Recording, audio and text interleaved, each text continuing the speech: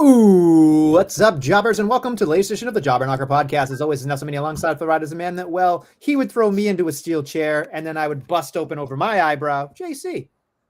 I'd do it to both your goddamn eyebrows. Wow. All right, then. That got very violent very quickly. We've got a lot to talk about here. We've got Raw. We've got SmackDown. We can talk about AW. We've got NXT No Mercy if we want to talk about NXT. We've got a lot to talk about. So let's just get roaring and going, JC. Where would you like to start? We're going to start on SmackDown Nestlemania because I thought there was a lot of fun stuff on SmackDown. Some big returns, some great matches, and, some fun. And you know what, Nestlemania? You know what I love? I love Randy Orton. He's back. And he saved Cody Rhodes once again. So we're continuing this long little breadcrumb story of Randy has to come keep saving Cody. Because you know what that's going to lead to eventually. It's going to lead to some greatness, Nestlemania. But for now, Randy's back. Because obviously the Bronze wanted to beat up Cody. Because now Cody and Seth are fighting at the Jewel of Crowns. Next week, we'll be doing predictions for the Jewel of Crowns. And that's a match that's happening. And they're hyping it, and the Bronze are brawling all over the place. But yeah, I enjoyed this segment because I love Cody. Heyman's great. I like the Bronze. And Randy Orton's back. So that's why I'm deciding to start the show this week, Adam. Okay, Josh. Who the fuck is Josh? Who the fuck is Anyway, I was just curious. So during that Friday segment with Heyman and Cody Rhodes, there was a moment there where Cody Rhodes goes, "Nobody's been figuring you out, Paul Heyman, for years. Everybody can kind of figure out what everybody's doing except Heyman." And they kind of bled into that on Monday about, Heyman backing Brock Lesnar and introducing him at, the PLE, WrestlePalooza. And, I'm just curious your thoughts of, like, when you're watching this with the Ortons and the Codys and the Brons and the Seths and the Brocks, like, where do you think this is headed? I don't really guess, obviously. You don't know. No, like Brock isn't going to be around a lot, as we know. So it's one of those things that it's just kind of leaving it there. But we know Heyman's devious. But I will say, Brock, Braun, and Bronson in the same faction is way cooler than those guys with Seth. But it's one of those things. I think it'll be like this weird alliance, and Paul's going to kind of do this thing. But maybe it'll lead to something bigger down the road. But I would say in the short term, I don't expect much at all. I can see it being Seth Rollins, the Brons, Brock Lesnar, and maybe, I don't know, a Drew McIntyre for War Games against the Usos, the LA Knights, the Roman Reigns, and maybe a Cena or a Cody in there. Throw it in there. Whatever five makes the most sense. I feel like Cena in a War Games match is great, but I feel like that's a waste of one of his last hurrahs. But you never know. It might be safer in a lot of ways, too, for him. So, but I think that's where we're headed. I don't know. I just feel like there'll be a lot more questions out of a War Games than there would be answers.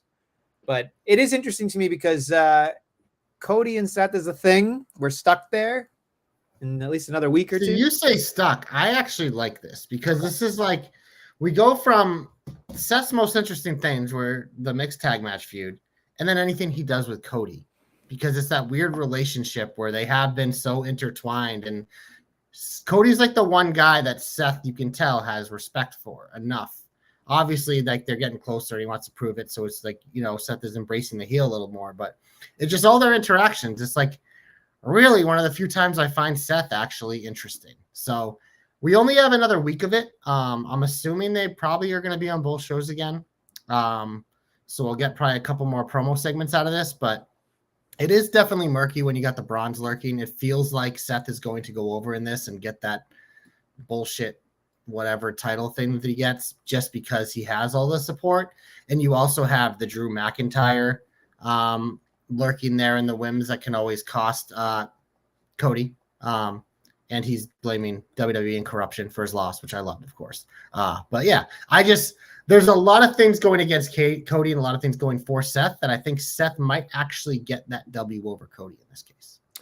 I'm putting my money down right now. Seth Rollins is winning this goddamn thing. If he's 0-3, and now he's supposed to be the big visionary with his big faction, and Cody can take a big L here, I think it doesn't really matter. This is like a useless pay-per-view in terms of like anything. You can use this as a storyline point here. Having a ring and having a fake championship for a day is perfectly fine by me. So I think it helps Seth Rollins immensely. It does nothing for Cody considering he won last year. So it seems like if he wins both like 2 in a row, this seems like a little too much for me. I mean, they could always say he has his number and that's fine, but I think there's a lot more meat on the bone here for Seth Rollins. And honestly, on Monday night, they had their package, which gave you the whole WrestleMania 38 up until now kind of thing. I think it was until WrestleMania 40. And then they had their out there promo. And I'm curious what you thought about this, JC, because there was a lot of great character work, I think, in Seth Rollins' court. I think here he did a lot of stuff about, I'm trying to figure out who I am and what I'm doing here. And Cody's even trying to pull something out. We're friends. We're supposed to be back there, meaning they're supposed to be running WWE in the later years of their life together. And he just says, "You're not my friend. You're not my equal," which was funny because of last week's promo where they said, like, "You think you're better than me. You think I'm not your equal." Now it's changed. And then before the bronze went out, of course, he just had this obsession look on his face, like, I need to beat him. Like, I need to beat him. I'm obsessed with beating him. So it is what it is. Yeah, no, I think it's compelling. It's compelling to me. It's one of those, like, I kind of said it last week, like, whenever you do these champion versus champion things, they're usually fucking lame and they're not interesting. But I think 2 years in a row between Cody and Gunther and Cody and Seth, like, it's been very interesting. The women's one, it's like they're two popular women, but it's like that match is so fucking useless. Stephanie just won it. Tiffany's one of the worst champions we've had in a very long time. So there's just no interest there. But this one has a lot of juice. Well, I'd be interested to see what happens because no one wins that championship or that ring and keeps it. They just kind of they do it. Like I remember Liv. Yeah, it's like a yearly thing, but it's like it goes on your resume. Yeah, but it doesn't really mean anything. But yeah, it's an accolade. So you get a belt for it. Cody's the reigning champion. Liv's the reigning champion. It's just like, what do any of the titles mean, Nestlemania? They're fucking pieces of fucking plastic metal strap shit that you fucking put on. How dare you? There are 50 diamonds in that fucking belt. Yeah, you know what? There's about fucking 8,000 belts between these fucking companies now. So yeah, none of them matter. Anyway, you have anything else about this whole thing? Do I have more shine? Is that what you're asking? Yes, I do. Or just about, did you want to go wax poetic more about your boy Cody? I don't know. I mean, Cody's the GOAT. There's not much more to say there. But Nestlemania, you know what surprised me on SmackDown? The mid-card feud for the woman got like a 15-minute match. Yeah. They let Julia, Kiana, Michin, and B-Fab wrestle. And I think just by them doing that and allowing that has to be shine because it's progress. Because it's like, how do you expect people to get behind these women when you're giving them fucking jobber alerts and stuff? At some point, especially when you have someone like Julia, where her in-ring work is going to be what wins her over with the crowd and with fucking haters like you, this is what you got to do. You got to showcase her. And I love Kiana. She's great. B-Fab is fun. Michin is there. But yeah, I was happy they were given time. And I think this is how you let Julia shine because Chelsea Green said it best. That U.S. title has not gotten much love. They haven't done much with it. They've done much better with the Intercontinental. But the U.S., they have not done well. But this is progress. So progress has to go in the shine. Anything else that you enjoyed? You have no comment on that? You just don't like women? No, WWE does something positive with the woman, and Nestle has no comment. No, here's the thing. I love the women's division. I think they're important. They're integral in everything that we do and everything that we watch. They're fantastic. They're great athletes. I am not a fan of Kiana James anymore. I think that Julia is a good in-ring competitor. I think B-Fab and Michin are absolutely the drizzling shits. So if you ever wanted to watch the literal version of diarrhea in the ring, you can watch those two because guess what? They're trash. Thank you, Joe. Utter trash. Thank you. So you're just a hater. I'm not a hater. You're just a hater. You wish you could rock hair like B-Fab rocks, you know? You know what? If I could have hair like B-Fab, I would. Speaking of hair, Nestlemania, when we talk about NXT, you probably had the biggest erection you've ever had in your life for what happened in one of those matches on fucking Saturday. I didn't watch that till... You thought of me, didn't you? I was like, oh my God, Nestle is probably sitting there. I want to see what her hair looks like tonight. Well, I mean, I think she was clearly cutting extensions, but we'll get there. But you never know. I was just like, Nestle is having the biggest boner. Michin, all right, Joe, this is where you lose your fan card right here. Michin is solid. Yeah, she's solid. Here's the thing. I'm not a fan of Michin. I never have been, but she's not bad. I wouldn't call her good. So maybe the right word is solid. Joe might be right. No, it's not solid. Solid makes it sound like she's consistent. She's consistently shitty is what she is. Yeah, I mean, I just think you're a hater. You just don't. I'm not a hater. You've proven you don't like women. I'm not a hater. No. I'm sure she's a lovely human being, but as the character, it sucks. No, the in-ring work sucks. What do you want from me? It is You're a what it little is. bit of a hater. You're a little bit of a hater. You really are. You are. Yeah. We're gonna go with that. Yeah. Okay. Well, guess what? Let's move on. Michin is a better wrestler than Mia Yim was, so I'll at least give her that. She's gotten better. She's gotten better. She hasn't gotten worse. I personally like Mia Yim from the Dollhouse and TNA. That's my peak. Yeah, so, there you go. So what she's doing now is dog shit. That's all. Yeah, well, you're a hater. It's okay. But I will say, you know what I did love is Sami Zayn versus Javon Evans. That was an absolute fucking banger. As much as Sami Zayn bores me as a champion, these matches every week have been super fucking fun. I loved it. That boy is bouncy. He was doing amazing things there. Effortless. Just jumping off that top rope in the cutter. I was just like, holy goddamn shit. That was pretty fun. The other thing I will say is I wanted to ask you this question. It's not necessarily a negative. It was just something that I thought about when I was watching this match. It seems like Sami Zayn has been put in positions here where he's not the beloved babyface. He's up against people who are actually better than him in terms of the equal or better than in terms of being the babyface right now. And it's like, is that weird to you? Do you think that's kind of throwing off this whole reign because that's how I feel about it, is that it's not really helping Sami Zayn. It's helping other people, which might be the design of it, which is fine. Yeah. I mean, that's kind of the design of open challenges though. But I just feel like Sami Zayn, so here's my logic, and maybe you can talk me out of it or educate me, JC. But thank you, Dom, by the way. What? You know what, Dom? You don't think she's a good wrestler. You're just she's a great wrestler. She got trained by fucking Sean Spears and Tyler Breeze at the school. She's a really good fucking wrestler. No. You are just a hater. You have been a hater. I know why when she was first in NXT, I know why you hated her. She addressed the reason why you hated her. And now you're still finding excuses. What did she address? Do you need a push-up something, or what is that? I'm just saying she got some enhancements. Are you a little bit of an itty bitty? Because I remember that was your slander about her in NXT. Listen. My slander now. And she's a great wrestler, and she's a great character, and she has a fucking badass entrance on, and yeah. I will say this much: if she could tone down the acting, I think she's solid. That's the best part because she's her overacting is too much. She's supposed to be a bitch. Bitches overact, Nestlemania. Her character is a fucking bitch, and she plays it well. You're just a hater. This is why you guys don't book wrestling, because you don't know what talent is. Okay? Yeah, we do, because clearly she's in WWE. She was called up and then got hurt, and now she's being booked every week to be a mouthpiece for a real wrestler. Except for she's wrestled 2 weeks in a row, you dumb fuck. And come on, what are we talking about here? Also, fucking tag team champion NXT. She was on every. She's a fucking stud. You are just an absolute hater. You know who also? You fucking hate Julia. Tag team you hate anyone around Julia. Dark State. IRS my case. I don't think there is one woman you like on SmackDown. That's not true. That's not true. You like Nia Jax. That's I like Bianca Belair. She's injured right now, but she's on SmackDown. Yeah, but you hate everyone else. You're an absolute hater. No, I'm not. Yeah. I do not. I actually like Nia Jax, but we'll get to that later. We know you do, but she's back on her. You're bullshit. A hater. Well, that's not her fault. Anyway, we'll get to that at another point. Anything? Sorry, what were we talking about before you went back? I don't fucking know. It's we were talking about Sami Zayn, I think. Okay, so to me, it's like, so this is my thought, right? Like, and again, this is just me on Nestle Island again, I'm sure. But when you look at it, you're thinking, okay, we're hearing rumblings that they want to make Sami Zayn a world champion. So this is maybe a test run to see how the fans and how he handles being a champion again, even though he's done it like hand over fist, like many, many times.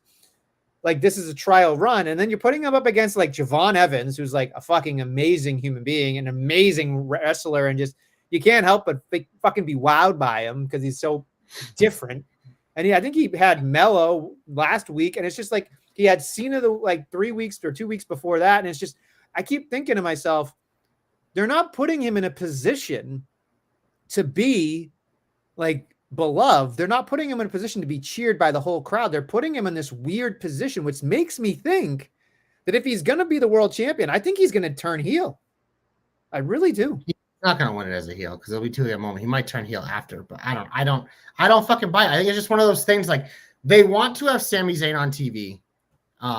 But they didn't know. They're like, we'll just make him a champion and let him wrestle because he's good at wrestling. I don't think it's a trial run. I think it's just like, we like Sami Zayn. We like having him around. He's a good wrestler. We want to have a babyface champion on SmackDown in the mid card. We have a lot of good wrestlers on SmackDown that don't necessarily get the shine they deserve. This will be an excuse to get them on. Well, that's a big win. Cool. I'm cooking right now, baby. The Joe Stopper saying, I don't want Sami to be close to the world title until KO can come back and screw him over. He may never come back, unfortunately. We'll see what happens. I mean, he's a tough son of a bitch. He's a tough son of a bitch. I hope he comes back because he's one of my favorites to watch. But yeah, I don't know. I don't know. I mean, then they're not going to wait for Kevin Owens to see if Sami Zayn can be world champion. So I don't see that happening. What else you got that's positive there, JC? I mean, Jacob Fatu came back after the Drew promo, which I really did enjoy, as I mentioned earlier. I love just like, well, whenever Drew turns into a whiny bitch and blames everyone for his problems, like, it's good TV. And Jacob Fatu and Drew McIntyre, that'll be good TV. So that's shine. Yeah, look, I mean, they did a great job talking about the referee screwage there and all that stuff. So I feel like, hell, something might come of that. But in the meantime, Jacob Fatu, all gas, no brakes. You know what I mean? Like, he's pretty great. The crowd loves him. He wasn't being used for a while. Now he's back. He's doing whatever he can. I'll be curious to see what happens out of this, because it feels like it feels weird to me, because it feels like when I see Jacob Fatu, I'm waiting for the bloodline to come after him. This is like the first. No, for the love of God, let's not do that. And I don't know if Adam left or if the stream just ended, but I'm going to keep talking just in case we're still live. Let me know in the comments. But yeah, I mean, fucking Jacob Fatu is an absolute stud. So look, this is the match we wanted to see. They've kind of teased it. I don't know if they had a singles match, if it was like a multi-person match, but I don't know. Absolute stud. And it's been weird because he kind of had all that momentum. They took him up. Okay. What happened there? I don't know. You were just gone. Okay. Are we still live? I think so. Okay. I was still talking like we were live, so I'm going to assume we're still live. Joe said bye, Nestle, but we're here. Yeah, no, I was just saying how Jacob Fatu had all this momentum, and then he lost the title, and he was just kind of like gone. So that was always the worry. It's like, well, they don't know what to do with him, but at least now there's a plan. Him coming back against Drew, we know that's going to be a banger, so I ain't worried about that. Yeah. Anything else that you enjoyed? I'm really thrown off being on the left now. I know, I did it on purpose. You want me to throw you back? Is that better? I was full screen for a while. People really got to see my beautiful face. I know. I haven't shaved in like a day and a half, so I had a little like freaking, JC's in the one chair. I can put him back and really fuck with him if he wants. Yeah, I mean, it was throwing me off for me because I couldn't tell. I'm like, I think we're still live, so I'm gonna keep talking. You did a good job holding down the fort, so there you go. I don't know, but yeah, that's my last piece of shine. I don't know if you have any shine. Let me take a little gander at the old iPad here while I'm looking. I'll say this much. SmackDown was fun in certain aspects, I will think. There were certain things on Raw that I really thought were pretty decent. I mean, let's hear them. Convince me. Well, there was an Intercontinental title match that I didn't mind. I didn't like the ending, but even though I did like the ending, but I didn't like the ending, if that makes sense. What do you think that Rusev was booked poorly? No, because I think that's how you make him lose, is you have Dom cheat. And we're obviously going to get another match, so it feels like they're just delaying this because I still think he's going to beat him. But yeah, so no, I guess I didn't hate it. It was a fun match too. Like anytime you get Rusev with like a smaller guy who like he can toss around a little bit, it's always fun. Okay. Little meat and a little Dom, like there's no better combo than that. Okay. I thought that was a great fun time. I got no problem with it. Good match. Let's see what else we got here. Yeah, there's nothing else. That show fucking sucked. You can say it. It was so good I slept through half of it. I will say this much. The one thing we didn't talk about that I really fucking love, and I hope it's on WWEshop.com, is the Vision spike jackets. Those things are fucking badass. Did you see that shit? No, you didn't. I did see them, and Josh Briggs was wearing like the same thing on NXT, so that's probably no. This is gold. This is fucking great. This is a great addition to their so you say you want it in the shop. You would buy and wear a spike jacket as a Adam Nestle, 45-year-old man. 4 or 5 years old, begged his parents in the WWF magazine to get the fucking Road Warriors LOD styrofoam spike pads, bud. You're not 5 years old anymore. You would not wear that. I would absolutely wear that. Where a night out on the town with JC?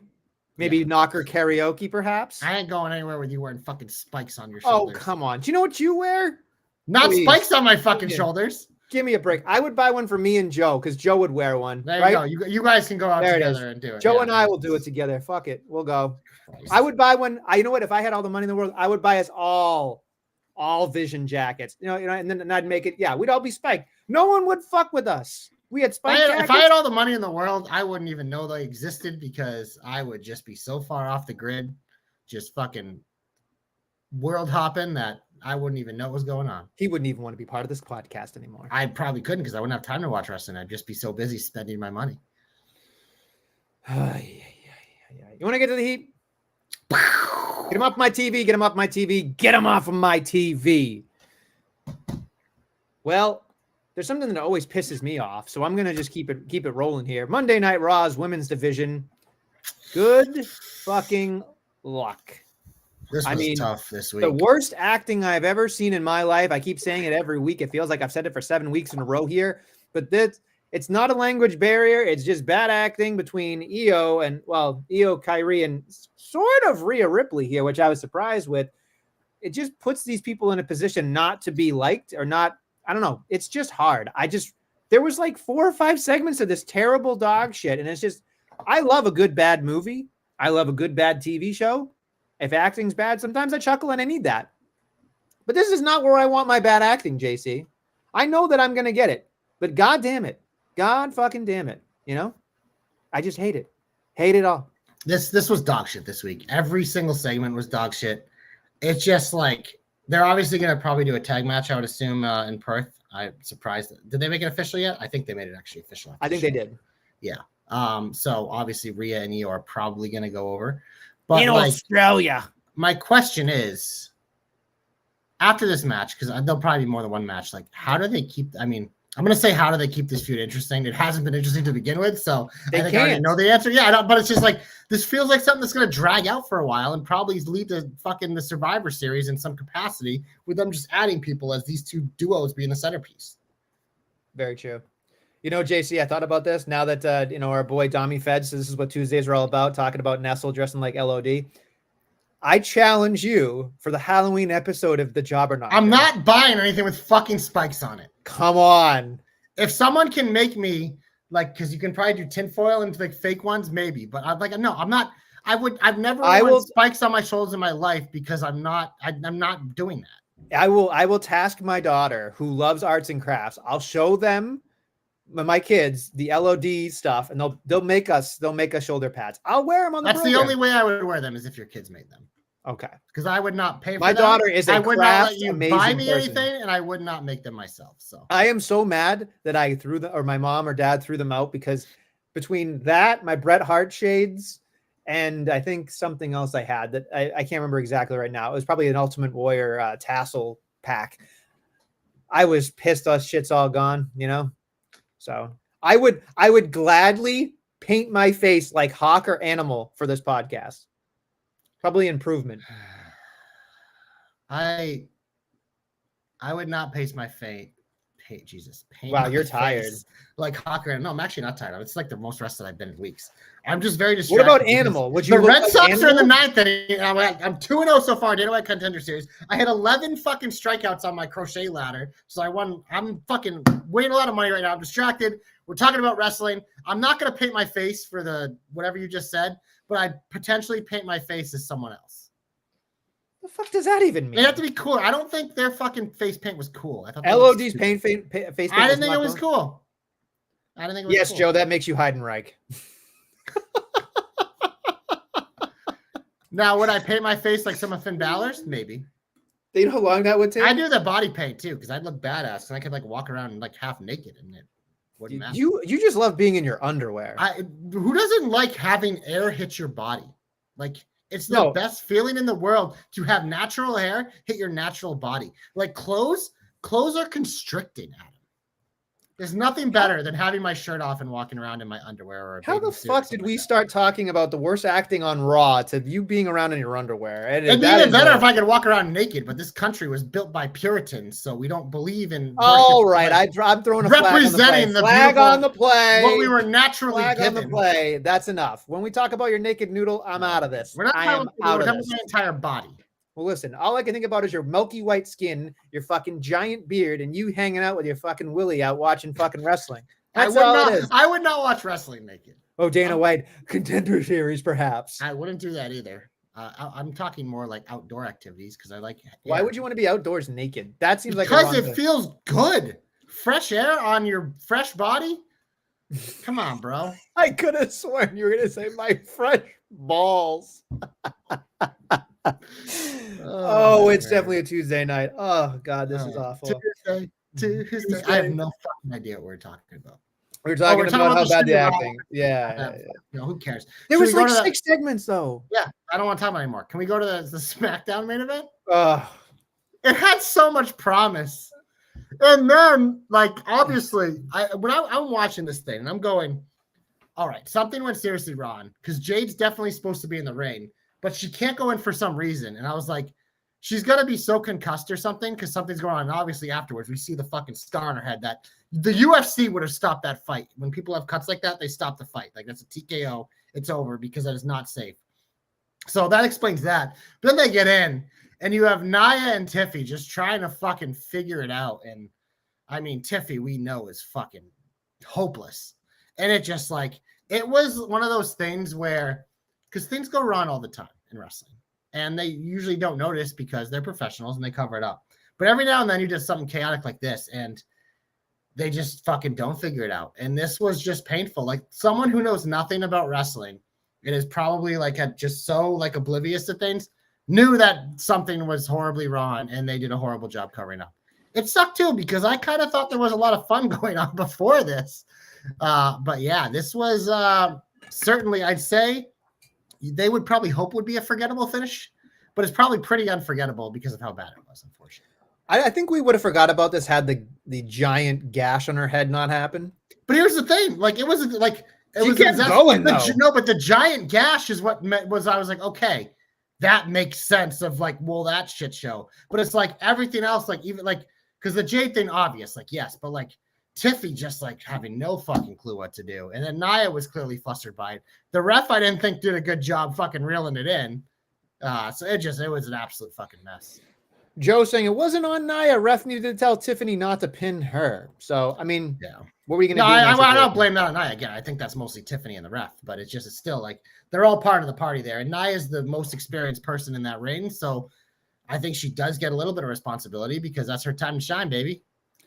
I think the problem is it felt like Jade was supposed to win this thing. So maybe they called an audible. I don't know. But but then again, they had Tiffy ready for Stephanie to face off at the end of the night. So maybe and they also had all of Tiffany's stuff. I don't know. It felt like Jade was supposed to get in there and about to win, and Tiffy was going to steal it, and it would set up a match for them after. But I don't know. Who knows? It was definitely a disaster. A beautiful disaster, if you will, or disaster kick, perhaps. Sure. Fuck you. I love no selling you. Oh. Joe saying I'm quick to shit on Nia, but it was the ref was trash. So it does come down. I put it mostly on the ref too. I will say this much: it comes down to a conversation that, like, if you were running this, would you just tell the ref to count to 3 and not try to save the match if you knew, like, in those particular instances that you're supposed to save the match because somebody might not kick out? Like, what do you do in that situation if you're the one making that call? I feel like they're mostly instructed, like they're supposed to count like it's real. But I feel like a lot of times, like, they obviously know what the finish is supposed to be, so they do bail it out. This one was just so painful, and then the reactions by like Nia and Tiffy just made it so much worse. It just like it's a tough situation because obviously, like, you're listening to the people in the back, but they're the people in the back. They can only have so much control. At the end of the day, it's like it's the responsibility of those three to figure it out and make it like as painless as possible. But they went the other route and made it as painful as possible. So. Oh well, shit happens, but yeah, this was not done well, and it really put a scar on what was a very fun match, I thought. I think these three should never touch each other ever again. Like, no combination of these three should be in the ring together. Well, Jade and Tiffy are definitely going to touch each other. Because here's the thing. Listen. I'm just telling you right now. If you put this on paper, it shouldn't have been good to begin with, and the end result was it wasn't good. So. The match itself actually surprised me. I was going to say, I thought it was a solid match until this shit show. But I think but those are the moments that create the people that are good from great. And now they're good, but they're not great. None of them are great. That's it. Yeah, I don't know. I just wish we had more growth from Tiffany at this point, and we haven't. And that disappoints me because I still think, her ceiling is still very high. She's still very young. But I just feel like we saw such big leaps in NXT and on the main roster, especially as a champion. Like, when you're a champion, you usually elevate in any sport, whether it's wrestling or other sports that aren't predetermined. Like, it just happens. And with Tiffany, I feel like it hasn't. It's gone backwards, and they've kept the belt on her, and I think it's just made it glaringly disappointing as Adam fixes his hair. Got a haircut. Thanks for telling me that it looks good. Bro, you were the worst at compliments. You're great at trashing. No, I am great at compliments, but not necessarily with men.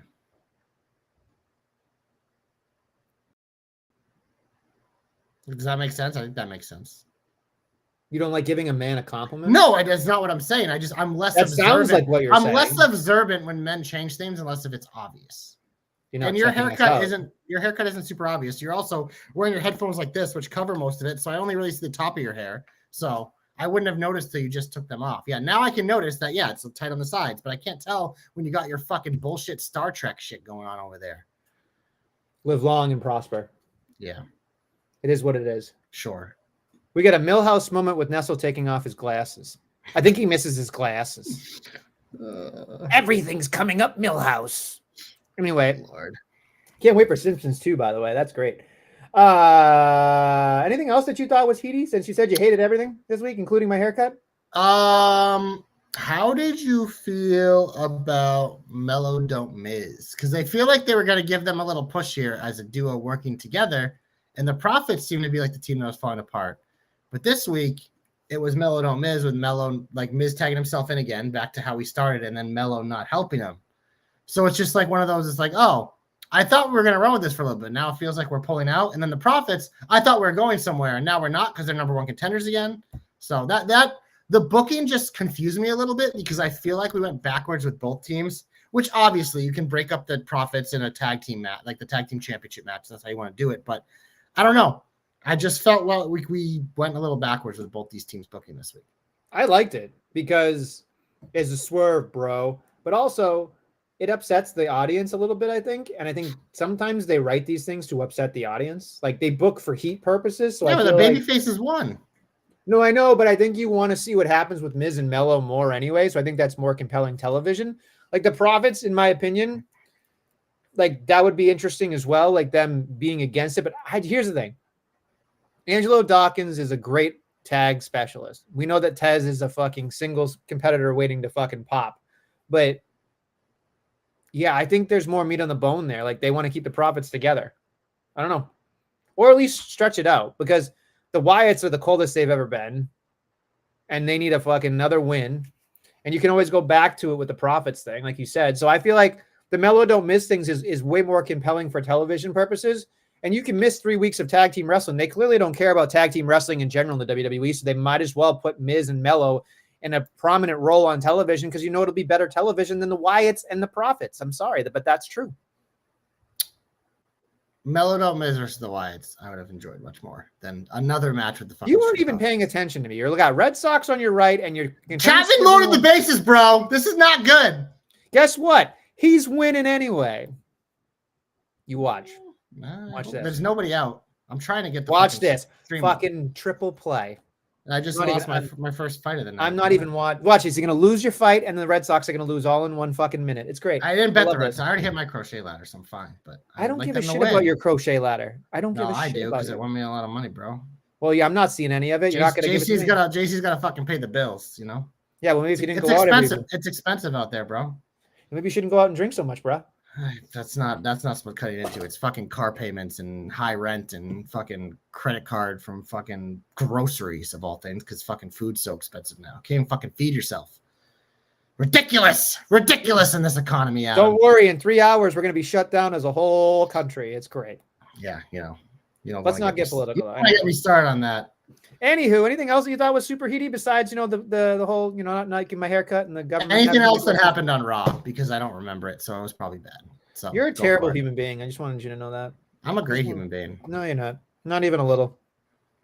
A real friend would have said nice haircut, Adam, but that's okay. And no one fucking noticed your haircut because you're wearing fucking a Star Trek. I'll have you know, everybody at my job, my wife. And yes, you don't walk in your job like, hey guys, I'm Adam. I'm a fucking cyborg with my stupid headphones on, so I'm covering my whole fucking face. I can't see your hair. I see the top of your hair. When you took them off, like, yes, I can see your sides are fucking. And yet you still didn't give me a compliment. Because you immediately said, oh, we're not complimenting my haircut. Yeah. You know who would have complimented on your haircut? Max. Because he always compliments on my haircut like 2 weeks after I get it. I'm like, bro, thanks for noticing. I got 2 weeks ago. So if you want a compliment about your haircut, fucking send a selfie to Max. He'll give you a nice compliment. No, he used to call me a lesbian, so that's fine. Well, I mean, if the shoe fits. Wow. High and tight lesbian for you now, right? Right? That hurts. How Not does only that did you hurt? not give me a compliment. What's wrong with lesbians? There's nothing wrong with lesbians.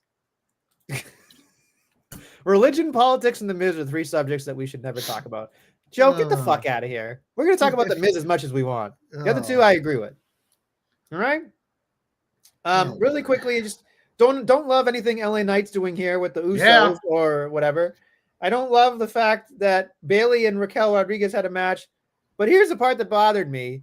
It was like Roxanne was on the outside. The referee basically like pushed her away. So then she ran around. It made it look like she didn't see it, but there's no way you couldn't see Roxanne in the peripheral to help Rodriguez win this match. It just made the referee look fucking stupid. I just thought it was fucking terrible. The Usos had a backstage segment where he got Jimmy and Jay was talking to Jimmy, and Jimmy was like, what the hell, whatever. And Jay's just like, oh, man, I've been world champion. You haven't. And I'm just like, oh, for fuck's sake. Are we really going down this road? Here we go. We're doing another Uso match because the first one was so good. That might be, besides my Mojo Rawley take, that might, the Usos brother versus brother match might be my second worst take of all time. That was a strong Nestle curse. That was a strong one for sure. That match fucking sucked. That was there's no way it could have been that bad.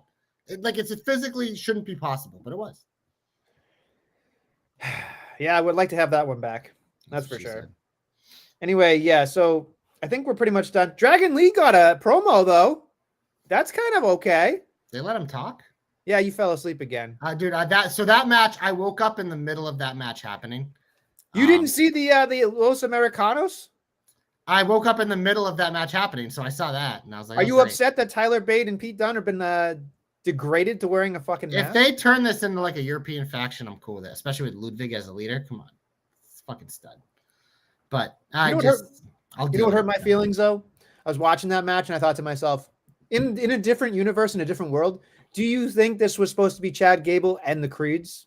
Because Absolutely. Because in my head, as much as I think that Ludwig is knocking it out of the park and doing it better than Gable, I think the Creeds would have been funnier than Pete Dunne and Tyler Here's Bate. What you can do. Gable's going to come back at some point. Are there going to be 6 Americanos? There's going to be 6 Americanos. Oh, for the Gulf of America will be flush with luchadors. Fucking stupid. God damn it, is that stupid. And we didn't talk about the OTC in the room, by the way. Hey, he came back, didn't he? It's the name of our fucking I can tell you this. This fucking main event was just, it happened. And then Roman Reigns came back, and I went to bed. So there's my story. It's one of those things like, what excites you about him coming back here? That him and Jay are bonding and Jimmy's upset about it? Like, so Roman can fight Bronson again?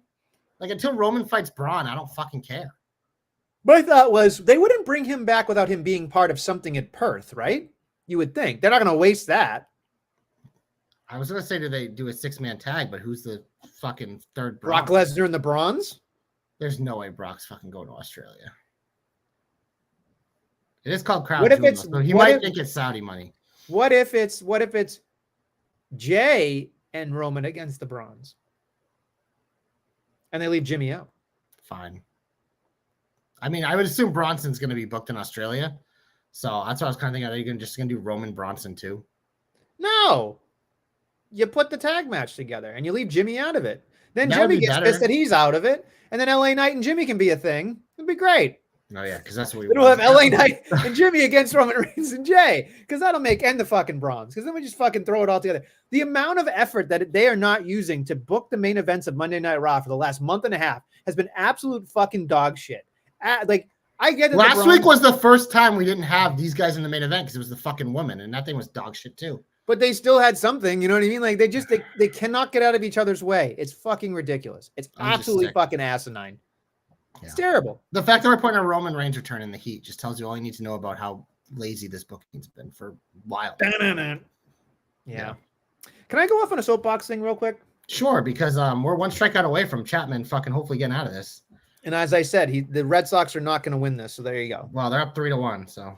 Well, there you go. But if they get the hit, it's going to be tied. Well, there you go. I know you're not even paying attention to me, so I'm going to go off my son. Okay, I never pay attention to you. You never say anything interesting. Okay, so I was thinking about this the other day. Do you think that the John Cena retirement tour has been kind of botched? Do you think that the send-off that they're going to give Cena is going to be good enough, folks? Because I don't know. My thought was they have kind of fucked up everything, and in terms of this Cena, and it's not going to tarnish his legacy or anything like that. But the one thing I was thinking about, JC, was with the exception of HBK, and I'll throw in Ric Flair in there too, maybe. Woo! Those two are the only two people, in my opinion, that they've done the last match correctly.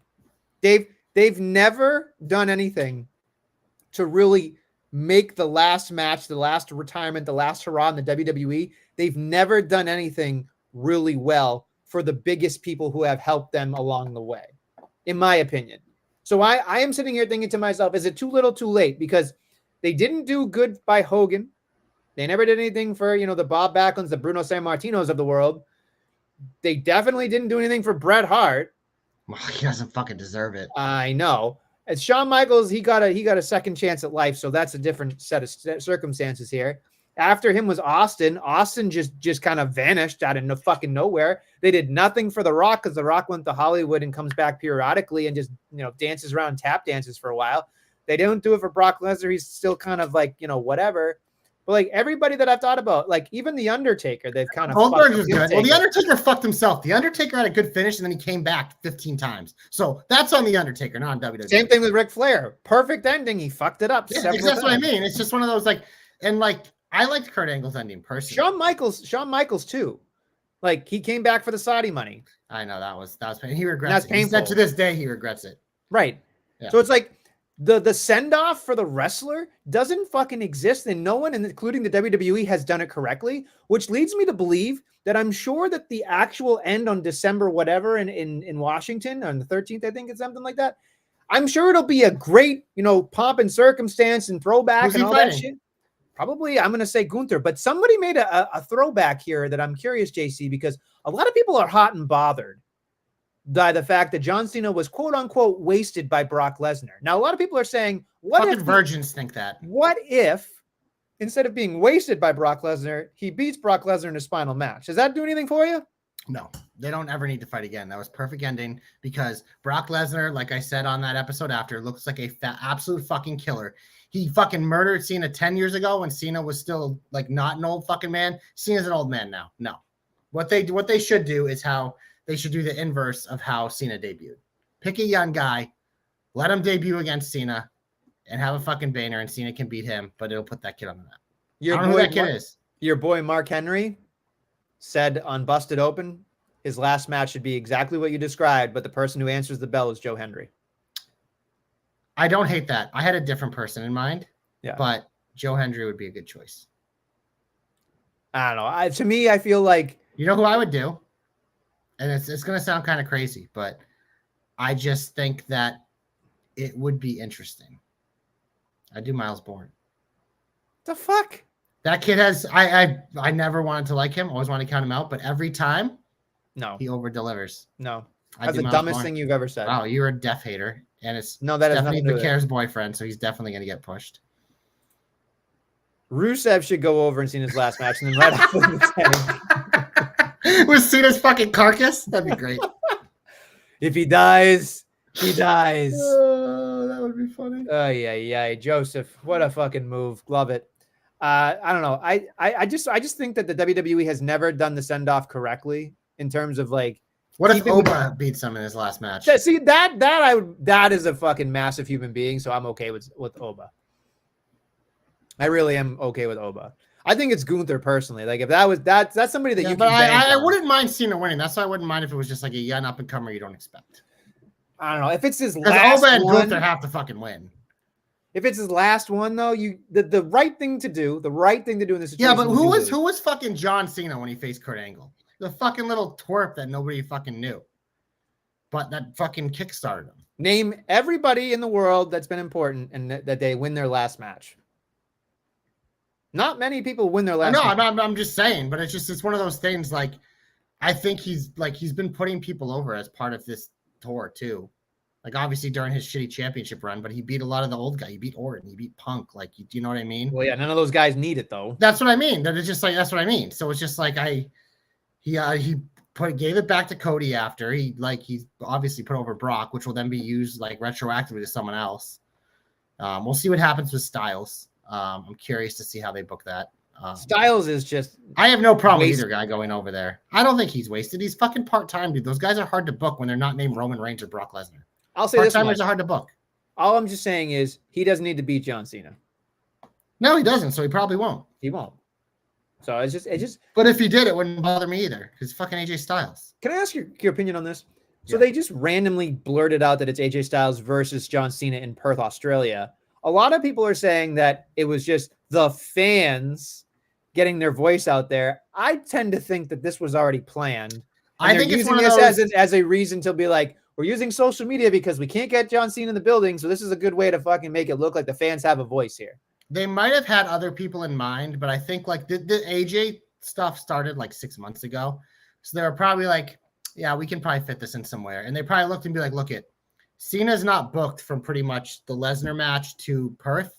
So this is an easy one. We just announced it and people are happy. They don't have to be on TV together. Like maybe Cena has an appearance next week. I'm not sure. Maybe it's on SmackDown this week. I'm not sure. But it's one of those like, this doesn't need any build. So it's just like, this is the one we announced. And then from there is when we have to figure out these last 2 matches, maybe. I don't know. He's got at least 2 or 3 left. Yeah. Because he's finishing at Saturday Main Event, which is after Survivor Series. Yep. So we have at least those 2 PLEs, and then we'll see if there's any TV matches. There's 5 matches left. 5 appearances left. Well, that's what I mean. Appearances aren't necessarily matches. Yeah, we've talked about maybe that. He wrestles in Boston. Maybe he doesn't. If he doesn't wrestle in Boston, in my opinion, that's a fucking mistake. And the Garden, he's got Boston and the Garden. Sorry, Boston and MSG. But like, I'm gonna say they're both Gardens, bro. Dickhead, I know that. Dickhead, I know that. I just misspoke because I'm Adam. Who the fuck is Adam? Anyway, you are. So we've got Australia, Massachusetts, Boston. Then you got the fucking New York stuff. Then you got the fucking Washington, D.C. And then somewhere in there is the fucking War Games from San Diego. So, I mean, I think he might be wrestling all 5 of these puppies. I don't know if he's wrestling all 5, but maybe. You never know. Maybe he will. Here's the thing with the TV things. He can wrestle a dark match. So even if they do a segment, like it doesn't. You know what I mean? They can easily wrestle. Yeah. So it's. I just have zero faith in that. I have faith in John Cena staying away for the most part, with the exception of maybe Saudi Arabia Rumble or Saudi Arabia. I don't know if he'll wrestle. WrestleMania. He'll make appearances, but I believe him when he say he won't wrestle. I will believe that. Okay, it's fine. But he'll definitely make. Of course, he'll make appearances. Like if they're going to LA and he's in LA, he's gonna fucking show up. It's just like, like The Rock did for a while, and The Rock just got too rocky, and now he's just fucking doing God knows what. Okay, that's fair enough. Steroids. Would you like to get Oval? Joe, I hope you're still awake. Glorious, you're my only hope, because I'm talking AEW. AEW. You know what the AEW needed? Especially in the women's division, the division they're not good at booking. More titles, baby. The tag titles are finally here. And you know what? I can turn into a hope, because who should win those women's tag titles? They've had certainly women's tag teams over the years that have come and gone. But I have a personal favorite. It's an OG one. One of them just came back after a few years of being pregnant. I think TJ would be a great choice to win the women's tag titles because they're great. Anna Jay's not on my television. She should be. And they've been a tag team for a while. But Nestlemania, my favorite sports show that I watch, College Game Day.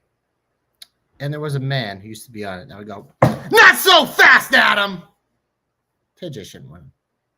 They should lose in the finals to my new favorite tag team. They're actually a trio, but Sky Blue and Julia Hart. Let's give them the fucking titles, baby. Fucking Tekla Tesla Spider bitch can do whatever she keeps doing, but Sky Blue and Julia Hart defeat TJ. Sounds like a pretty good match. Sounds like a JC match for sure. But yeah, I think they should get the women's tag titles first because titles are always better with heels. And I'm looking at the rest of the roster and I'm like, I don't think there's money. I mean, obviously Megan Bayne and Penelope Ford will probably be involved. They've been tag teaming it up. Queen Amidala, or whatever her name is, always seems to have tag partners, so she'll be involved. I'm sure they'll throw the big names. They'll have some partners too. Maybe Tony and Mira are even involved. Maybe whatever happened to Camille, by the way? I know Mercedes kicked her to the curb, but is she just like gone? Mm-hmm. Or is she injured? She could be on Collision. Nobody watches that show. No, I'm just curious because like she was obviously around, and then it's just like she was just gone. And it's like, oh, that was weird. I think she just has creative differences, and then so doesn't want to do it. And Tony Khan, like Rusev, is just like, okay, fucking go. Put home. her back in the toy box, and Yeah. she's just rotting. Yeah, okay, Yeah. fair. But yeah, they have plenty of tag teams, so I get this. But I mean, I have no faith they'll book this well. But they have 30,000 hours of programming, and we'll get to see TJ on TV. But yeah, my hope is Sky Blue and Julia Hart defeat TJ in the finals of the women's tag team tournament, because I'm sure there'll be a tournament. Hashtag JC knows. Hashtag JC hopes come true. Hashtag I just made a hope about AEW. You're welcome. Congratulations. I can't wait for those tag titles to be on Collision where nobody don't care. Yeah. You know what? If those four are in the ring together, I will watch Collision. Fuck you. You're such a liar. I haven't watched Collision in like 8 months, but if those two teams wrestle on Collision, I will watch it. No, you won't. I will watch it. Will you be sitting in your underwear? I usually am sitting in my underwear because I like sitting in my underwear. I have to think that you're in your underwear right now. No, I'm wearing shorts. I wouldn't ask you to stand up just in case you're lying. I am wearing shorts right now. That's fair. I'm wearing like sweatpants shorts, like the Pumas. They're so comfortable. Great. Living like in the Hall of Fame. Pillows on my butt. Pillows for your butt. Anyway, my hope is very weird. I was thinking about this as I was watching on Friday when Jacob Batu and your boy McIntyre were there, kind of beating each other up. But before that, McIntyre was talking about how referees kept screwing him. So I was thinking to myself, you know what I would like to see? I'd like to see Drew McIntyre beat Cody Rhodes for the World Championship, the WWE Championship specifically. And this would have to be maybe because he's been bitching and moaning and complaining about referees after referees after referees. So he would have to book himself a very special guest referee. And I think what I would love to see here, you could have Cody Rhodes versus McIntyre with a special guest referee of one Seth Rollins to screw Cody Rhodes out of that championship, because I think that adds to their whole rivalry. It helps McIntyre get his championship back, maybe have Cody chase again, because I think Cody's a better chaser than he is champion. He's a good champion too, but I think he's a better chaser. And I think that would help going forward, because I think McIntyre is completely overdue for a real championship reign. He's a massive human being. He does the best promo work of his life. And maybe you could throw in a little CM Punk back in there too. I don't know. Just throwing it in there. Because, CM Punk did say he, I would never make sure you're champion ever again. So I think there's a lot of playable things here with a special guest referee thing again. So I think that's the way they're headed. Might not be right now, but boy, oh boy, would it be interesting. Or you lost me a special guest referee. Hold on. Maybe a special guest referee could be Randy Orton. Maybe he turns on Cody there. What do you think is Cody's Mania match next year? Do you think it's Randy Orton, or do you think it's someone else? That's a great question. I'm gonna say it's most likely not Reigns. It's not Rollins. I feel like it's Seth Reigns at Mania this year. I think it has to be Seth. With Roman's schedule, I think they can do that, and they can probably potentially have Reigns win the Rumble. Then he could do it where it's like, am I going for Cody or Seth? And he obviously that's a very great call. The other thing that throws me off here is I feel like the Sami Zayn factor could win the Royal Rumble. So I feel like you'd have to have, a Roman Reigns win a fucking Elimination Chamber. Or maybe Sami would like it. It just doesn't feel like they're going to do it with Sami. I feel like every year we talk about them, we get there, we're like, yeah, there's no way Sami's winning. I feel like they're going to save Saudi Arabia to be Cody Reigns. So that's out for me this year in my head. Saudi Arabia? Well, it's the next WrestleMania. After. Oh, see, I think that's the one where Logan Paul might win the world title. Maybe, but there's also something in my head that makes me think about this too. Is it feels like if I was thinking about this, Braun Breaker and Brock Lesnar need to fucking happen at this year's Mania. That would be fucking. What does it say it again? Sorry. Braun Breaker versus Brock Lesnar. I mean, I just want that match. I also want Gunther and Brock, so it should be Gunther or Braun or Oba. Oh god, Oba and Gunther would be interesting. Oh my god, if they did a fatal. Welcome to meat matches. A fatal Mania meat matches. Oh my god. All meat. Oh my god. No that fatal four-way would feed families for the rest of their lives. Good night, Joseph. Look, all I'm Joe, saying. You're gonna miss my comeback, which is also AEW. Come on. Make it quick. Make your comeback. My comeback's Orange Cassidy. He's back. I love him. Boom. They fucked up the Titantron. They fucked up the lighting for his big return. But that made it so much better. Doesn't matter. It made it so much better because it's literally Orange Cassidy. I know. If you're going to fuck everything up and have the Adobe Premiere media offline for someone's Titantron, it better works. be Orange Cassidy. It works. It fucking worked. It's one of those ones where it's even if it's a mistake, they can just claim that it's not. So yeah, I love it. The perfect guy. I'm giving my comeback to one Kofi Kingston because he was having a backstage promo with LA Knight. Yeah, who gives a shit? And in the middle of that match, Kofi Kingston, you have to go look back at it. LA Knight went bumbling, stumbling, and fumbling and kicked him right in the fucking side of the temple and knocked him clean out. And he had to knock the cobwebs out and continued the match for like another 5 or 7 minutes. Did an incredible job, and not everybody in the world can get knocked in the noggin like that and continue and have everything. Now, yeah, he was a little bit slow, but goddamn, did he keep fucking going. So I just wanted to give Kofi Kingston a fucking shout out because that is a warrior. That is a stud. He is an otherworldly competitor and athletic specimen. And I just wanted everybody to know that Kofi Kingston is, in this day and age, still an amazing person on the roster. So he's getting my comeback, Kofi Kingston. Boom, boom, boom. I love Kofi. Hopefully I can give Big G my comeback next week. I would love for him to be booked in Australia. Come on, mate. Can't wait for a Grayson Waller effect. That's probably what's going to happen, for being real. Can't fucking wait. Oh, Lord. Big old finish? Big old finish. SmackDown, no fucking idea. If they announced something, it would have been recently. It wasn't on the show. But on Raw, CM Punk will return. Becky Lynch takes on Maxine Dupree again. And Lyra Valkyria takes on Roxanne Perez again. So reruns in the women's division, I'm okay with both. And CM Punk returns, Adam. Nestle. I feel like there was something else, but I can't remember. I mean, it's the go home for Perth, so. Okay. Maybe a contract signing, perhaps. Yeah, there'll probably be a tag team main event involving fucking the Bronze Usos, LA Knight. Yeah, bullshit, something. Can't wait for a 6-man tag palooza. Fucking wonderful. Yeah. Not a good one. Yeah. Not a good one. Do you want to go to AEW or you want to talk? No, let's do No Mercy first, okay. Because fuck AEW. We'll do that last. Joe went to bed anyways. Kicked off the show with another Javon Evans W, this time over Josh Briggs, who also wore your fucking stupid shoulder pad spikes. Josh Briggs is a great competitor. I just feel like they're just not doing whatever they're supposed to be doing with him. He's a tag team guy. Find him a fucking partner, and then he'll be fine. If not, what are we doing? Give him a little guy, big little tag team. Find somebody. He's better. He's for sure like make him a heel tag team because no one wants to root for Josh Briggs. Okay. That's my solution. Do you have a better solution? He's probably going to end up on the independents again.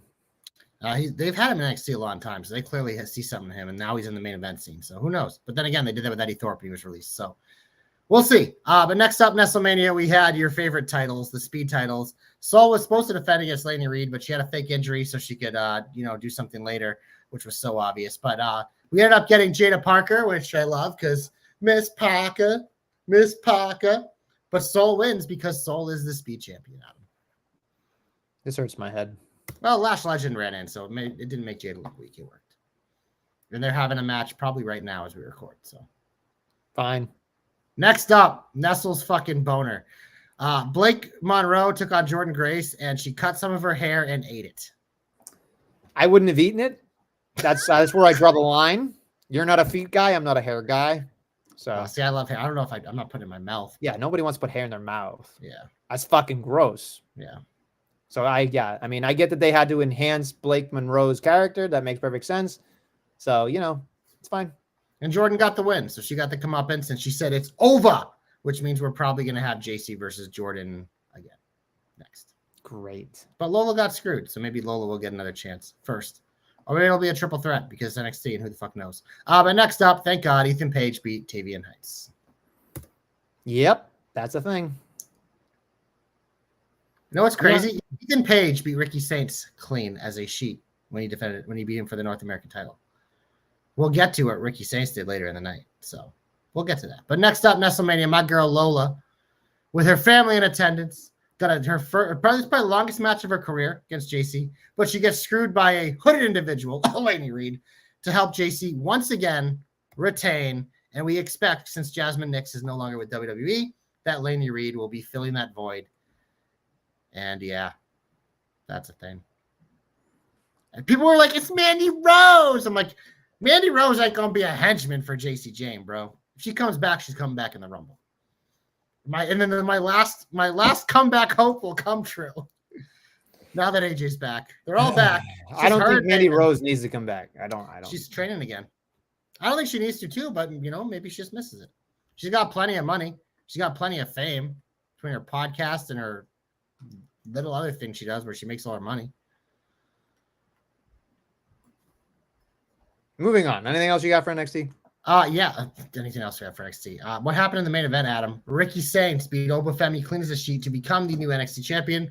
This legitimately shocked me because Oba's been so dominant. Obviously, he's probably ready for a call-up. But it's one of those things like, you know me, I'm a huge Ricky Saints guy. I feel like in NXT, we haven't got his best work, but obviously he's being pushed like it is. So hopefully now that he's a champion, he can elevate. I do think this main event scene desperately needed a shakeup because Oba's literally beaten everyone like multiple times. Now with Ricky, at least there's like some fresh matchups and intrigue with it. So I get doing this, but it did surprise me. Yeah, I think like you've kind of landed it out pretty quickly here with like the Obafemi has beaten everybody. I don't know if they'll get a rematch. I wouldn't. I think it would be a detriment to Ricky. Yeah. I think this is a put up or shut up time for Ricky because I feel like we know he's good on the mic. We know he's decent in the ring. He's got a je ne sais quoi. You don't even know what that is, but it's just like he just got it. He's got an it. I know what je ne sais quoi is. Don't fucking insult me like that. Come on. So then Dom's asking a great question. What do you think is lacking with Ricky in NXT? I don't know. It's one of those things like sometimes when you get like these free agents, and we see it more when like the call up from NXT to the main roster is these guys are already established. So you don't really have to try as hard to make people care. And obviously, like I said, I care. I'm a fan. But I think when you get that, I don't want to say it's lazy booking, but it's just like it's just like we already know who this person is for most of us. So it's like I'm always curious, like people's opinions who don't really know who that is, who starts to see them. But like I said, we see it a lot from the transition NXT to the main roster. It's like, oh, whatever, they're established. So I think that's just kind of what it's been with him because he's good. Like Ricky's amazing. Like I like all his matches, like you said, his character, he jumps off the screen. Like I get it. Like everything he does makes sense. But it just felt like this NXT run, like who knows? Maybe now that he's a champion, they can turn him heel. Because I think Ricky is obviously that type of character is always better as a heel. And then you can eventually turn him babyface after you establish him as a heel. So maybe that's part of it too. But I think it's just like I don't think it's something that's fully Ricky's fault. I don't think it's something that's fully the booking's fault. It's one of those things like you sign a free agent like that. It's just like you don't really have to try because it's already established. And I think sometimes it just makes it like, okay, how do we elevate this person? And I think that's the struggle we see through a free agent signing or a call up a lot of the times. It's just like, how do you make it a little different? And I don't think they've really made Ricky a little better or a little different. They've just kind of let him be Ricky, which is great. But I think like you always need to have better or different, one or the other. He really hasn't had a signature storyline, in my opinion. He won the North American title. Now he's next to champ. That's it. He hasn't really had any type of like feud. You know what I mean? Like he hasn't really sunk his teeth into anything. Even Paige was good, but right. No, it was a good stuff, but I just feel like they haven't. When you go to NXT, you're thinking to yourself like you remember certain storylines. I don't remember any real like thing about Ricky Saints. You know what I mean? Still weird that they call him Ricky Saints, but it is. No, it is. It is what it is. But I don't know. Get used to it, just like everything else. Anyway, would you like to go to AEW real quickly? Yeah, but before, what did you think about another NXT wrestler becoming women's champion in TNA? Kalani Jordan's the new Knockouts champion. So you have Trick and Kalani now at the top of their division. And fucking Dark State could be winning the tag titles at I don't know what the new one's called, but it was Invasion. Now it's something else because it sounds like they're merging the Hardys and Dark State. It's tough because it's one of those things like obviously like given to Ash the big moment. I'm assuming she was hurt. So I think it was, Kalani and Indy? Which I think it's called Showdown now instead of Invasion. Yeah. So they're obviously probably going to have Indy chase a little bit, but I just thought that like you just got that one back that you probably want to keep it like that. I'm happy for Kalani because she's another one of those that it's like she's kind of in this weird spot in NXT where like she's pretty much waiting for a call up, but they don't really have a lot for her to do because there's so many women and they're trying to elevate others. So I think like the TNA has been a great opportunity for these types of things was the same thing with Trick. Like they found a way to like make Trick like the man again without him having to beat Oba. But it's just like it's once again we're looking at TNA, Dom's favorite show, and there's 2 NXT champions on top again. I mean, I like Kalani Jordan an awful lot. I think she's got a lot of bright future with her, so I don't really have a problem with it. I just feel like if they just gave it to her, it's going to be weird they gave it back to Indy. It's just, I feel like Bound for Glory is going to be an interesting back and forth because of the whole Dudley's thing too. So I'm not necessarily thinking to myself, there's going to be any title mergers or title changing hands. Like Mike Santana is beating Trick Williams at Bound for Glory. You would think that the Dudleys that's coming. You would think that Dudleys and the Hardys are just there and the Hardys are going to beat the Dudleys because it's the Hardys and the Dudleys don't fucking matter. You know what I mean? Darkseid fucking sniff whatever the fuck they want, but keep the fuck them away from anything I'm watching because I couldn't. The problem is if the Hardys win, the Hardys are NXT Tag Team Champions.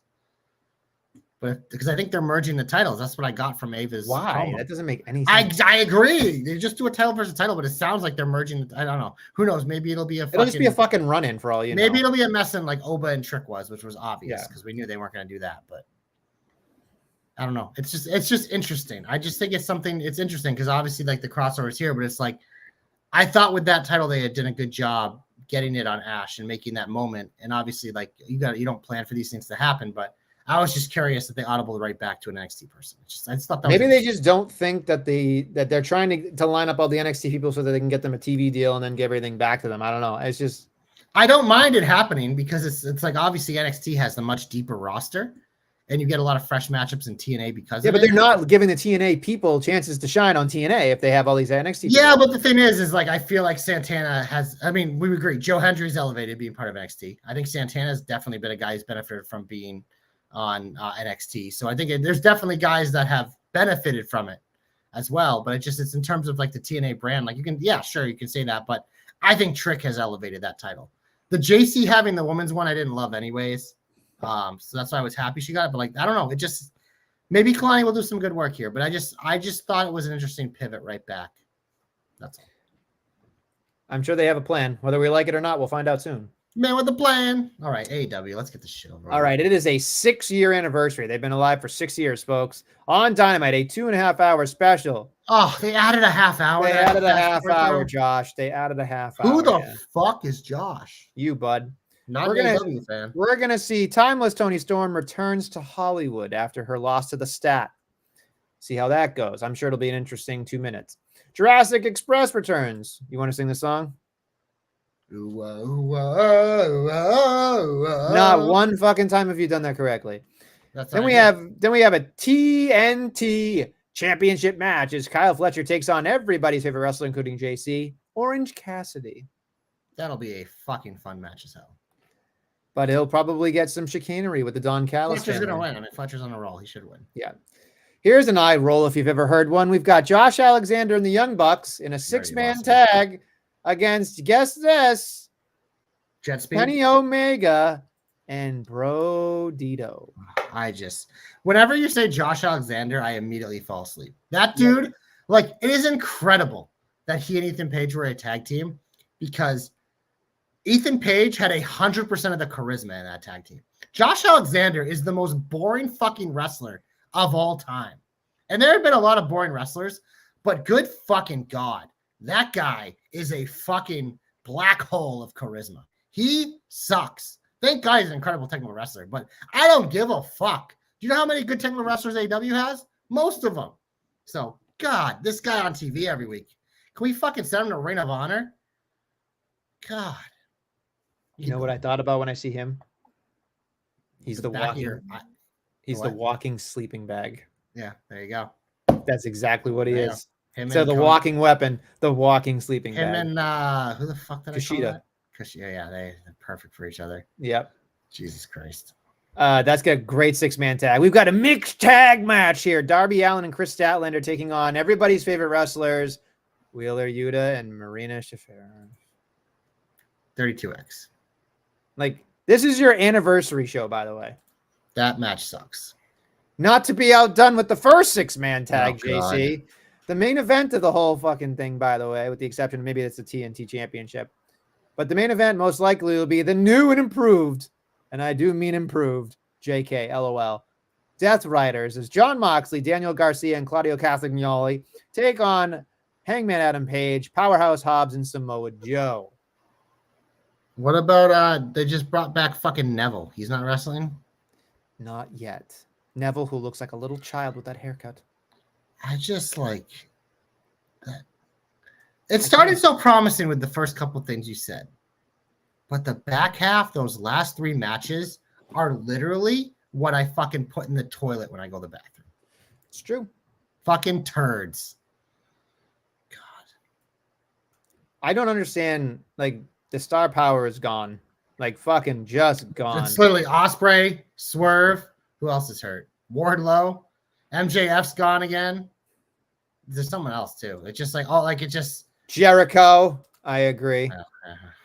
Jeff Jarrett. Jeff Jarrett, good call. I love how Jeff Jarrett signed a 1 year. He's like, this is my last wrestling contract, and then never fucking wrestled. He started again. the feud with MJF, and then they realized, like, oh, never fucking wrestled again. Remember how much I complained about it? They fucking listened to me, and they took him off TV. So God bless you. You Jarrett fucking cokehead, Tony Khan. God bless you for listening to me on that one, because I was so happy when that motherfucker just dissipated into the night.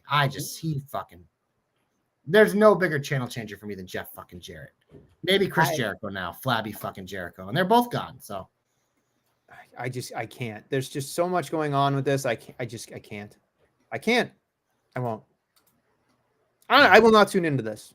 I want MJF. I want Will Ospreay, and I want Swerve. Nothing from the Hurt Syndicate. Nothing from. Yeah, they hurt people. I didn't hear any Ricochet. I didn't hear any Mercedes. I didn't hear any women's tag titles. Nope. I don't know.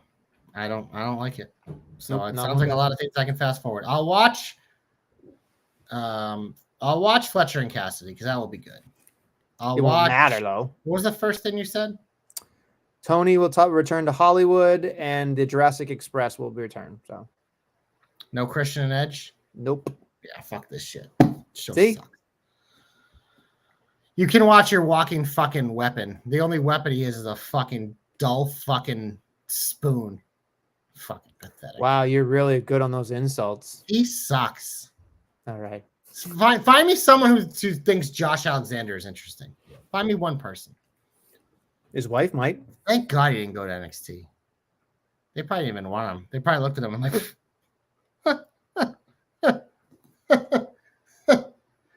you're like if a fucking book wrestled. Get out of here. Wow. No one likes to read him. I mean, I read, but wrestling fans definitely don't read. So, shall indulges. I think you're good. What happened to the Guns? Are the Guns hurt too? One of them's not hurt. Yeah. Adam Cole's hurt. Oh, everybody's hurt. The list is too long. That's what she said. Where's Britt Baker? They brought her back, took her away. No, because she's got a fucking. Thunder Rosa still work there? Yep. It's not on TV. The amount of people that they have sitting at home for. Remember when they broke up Scorpio Sky? What happened to him? Yep. Another guy. They could literally have a 4th show with all the people they're not using. They really could. It's amazing. Check out Joe's recaps. He actually cares about this shit and writes stuff if you actually care. Because we don't. It's the only way I'm informed. The Joe Stopper. This shit is just... I try, man. I try. All right. On that note, you want to get the hell out of here? Absolutely. I'm fine. It's fucking hot in here, bro. All right. Well, thank you for listening. And take your shirt off so you can sit in your underwear again. Thank you for listening and watching the Jobber Knocker podcast. We'll be back next week with some more Jobber Knockery.